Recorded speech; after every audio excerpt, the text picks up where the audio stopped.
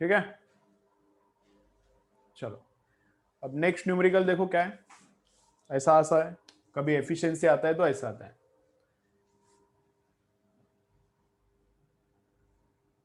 Power of 500 watt is to be transferred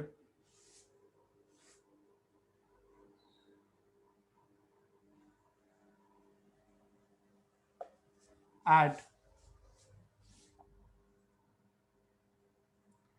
500 volt is to be transferred at 50 volt, ऐसा पकड़ दो, is to be transferred at 50 volt।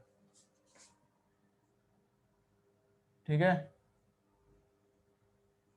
Efficiency is equal to 80% है, voltage in primary is equal to 100 volt है। तो मुझे क्या करो, number of turns in secondary ये है 200 टर्न्स है, तो मुझे number of turns in primary बताओ एंड मुझे करंट प्राइमरी भी बताओ एंड मुझे करंट सेकेंडरी भी बताओ। चलो करो, चलो इतना सब कुछ निकालना है, चलो बताओ आता है क्या, देखो 500 watt 500 watt is to be transferred at 50 volt। या फिर थोड़ा कंफ्यूजन हो रहा है तो क्या करो, ये सेकेंडरी का वोल्टेज है ऐसा पकड़ो, और ये एक्चुअली सेकेंडरी का पावर है, नहीं समझ रहा तो ये प्राइमरी का ले लो चलता है, और ये प्राइमरी का पावर है ऐसा पकड़ो। कंफ्यूजन हो रहा है तो ये निकाल दो। चलो करके बताओ मुझे, ट्राई करो करो। एफिशिएंसी है, प्राइमरी का वोल्टेज है, सेकेंडरी का वोल्टेज है, नंबर ऑफ टर्न्स निकालना है और करंट निकालना है। चलो चलो फाइनल न्यूमेरिकल आज के लिए बस हो गया। ट्रांसफॉर्मर पे इससे कुछ अलग न्यूमेरिकल नहीं आता, ट्रांसफॉर्मर पे इससे कुछ अलग न्यूमेरिकल नहीं आता।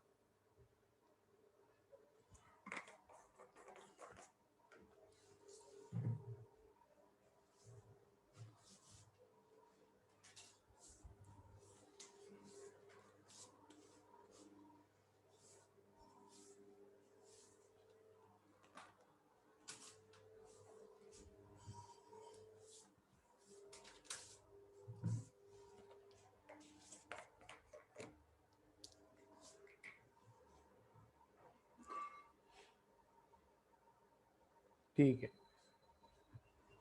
करो करो, जो भी आता है करो, मैं बोलता हूं बाद में।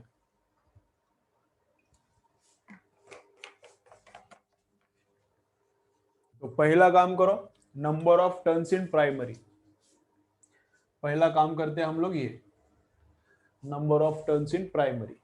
तो क्या फॉर्मूला यूज करेंगे, EP by ES is equal to NP by NS. Use करो, एनपी निकालो, EP by ES is equal to NP by NS. तो एनपी कितना आता है 400, तो नंबर ऑफ टर्न्स आ गया 400। EP by ES is equal to NP by NS. ठीक है, ओके। अब प्राइमरी का करंट, नेक्स्ट काम करेंगे प्राइमरी का करंट। तो प्राइमरी का power is equal to primary का करंट इनटू प्राइमरी का वोल्टेज।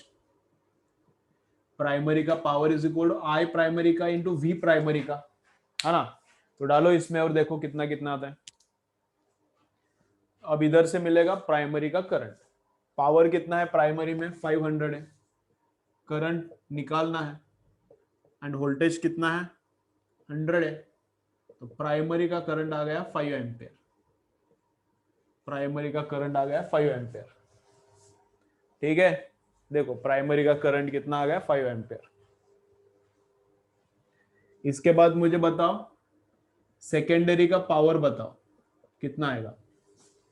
इसके बाद नेक्स्ट पूछा नहीं है वो, लेकिन लगता है ये करंट निकालने के लिए, वो पूछा नहीं है लेकिन एक करंट निकालने। अब एफिशिएंसी 80% है तो वो करंट का फॉर्मूला यहां पे नहीं चलेगा, EP upon ES is equal to IS upon IPA. Formula fail गया, ये फॉर्मूला फेल है, अभी इधर नहीं चलेगा क्योंकि एफिशिएंसी 80% है, 100% पे ही ये चलता है, तो ये अभी नहीं चलेगा। अरे हाँ रे, 400 तो निकाल दिया, अब 1 घंटे बाद तो आंसर बोलेगा 400 तो निकाल दिया। मैं बोल रहा हूँ पीएस निकालो, क्या पीएस भी 400 आ रहा है? हाँ 400 आता है, सही है, पीएस निकालो। हाँ पीएस भी 400 आता है। तो कैसे करेंगे PS? Efficiency is equal to power output upon power input into 100। Efficiency 80 है, is equal to power output मतलब सेकेंडरी, पावर इनपुट मतलब 500 इंटू 100। तो देखो 0 0 0 0 गया, तो power in secondary is equal to 400 watt. Power in secondary is equal to 400 watt. अब secondary का current कैसे निकालेंगे? ये फॉर्मूला तो फेल है, ये फॉर्मूला फेल है, तो सेकेंडरी का करंट कैसे निकालेंगे? तो current power is equal to I into V. Power is equal to I secondary का इंटू ई सेकेंडरी का। सेकेंडरी का ई इज नोन 50, तो सेकेंडरी का ई डालो, करंट मिलता है। सेकेंडरी का ई डालो, करंट मिलता है।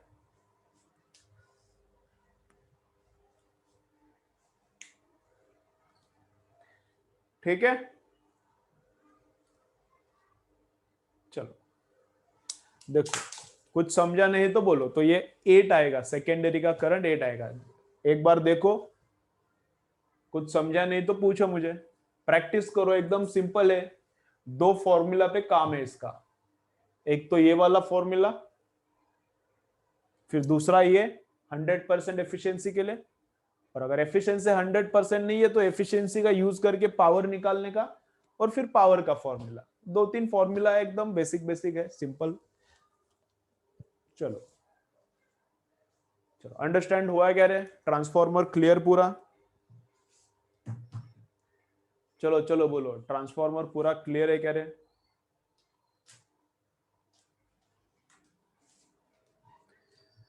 क्लियर, ठीक है, ओके। तो बस स्क्रीनशॉट चाहिए तो ले लो उसका।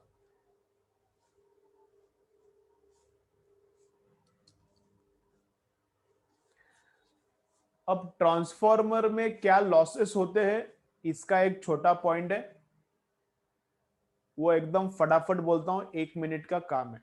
ट्रांसफॉर्मर का लॉसेस, तो नंबर 1 लॉस है फ्लक्स लीकेज, वो दिखाया था मैंने, ठीक है। फ्लक्स लीकेज ज्यादा इंपॉर्टेंट नहीं है ये, इस पे ज्यादा टाइम मत स्पेंड करो।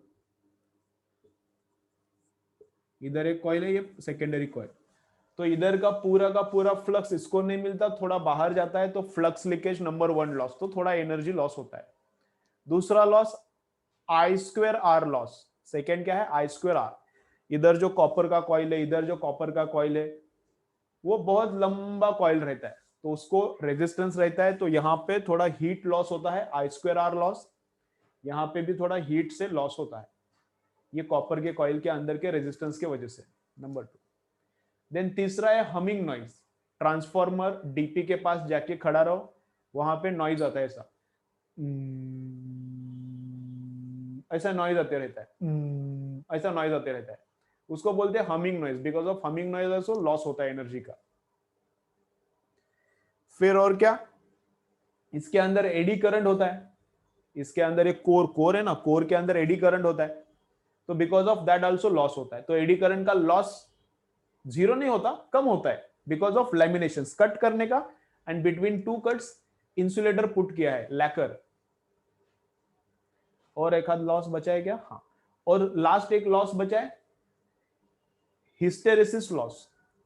तो इसमें मैग्नेटिक फील्ड कंटिन्यूअसली चेंज हो रहा है, तो बिकॉज ऑफ इसका ये मैग्नेटाइज एक बार ऊपर होता है, एक बार मैग्नेटाइज नीचे होता है, एक बार मैग्नेटाइज ऊपर होता है, कोर अंदर का कोर, तो उसको बोलते हैं हिस्टेरेसिस लॉस।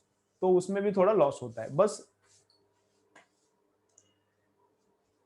याद रखो। अब हिस्टेरेसिस कर्व क्या है, कल मॉर्निंग में आने के बाद देखेंगे, फिर आगे का चालू करेंगे।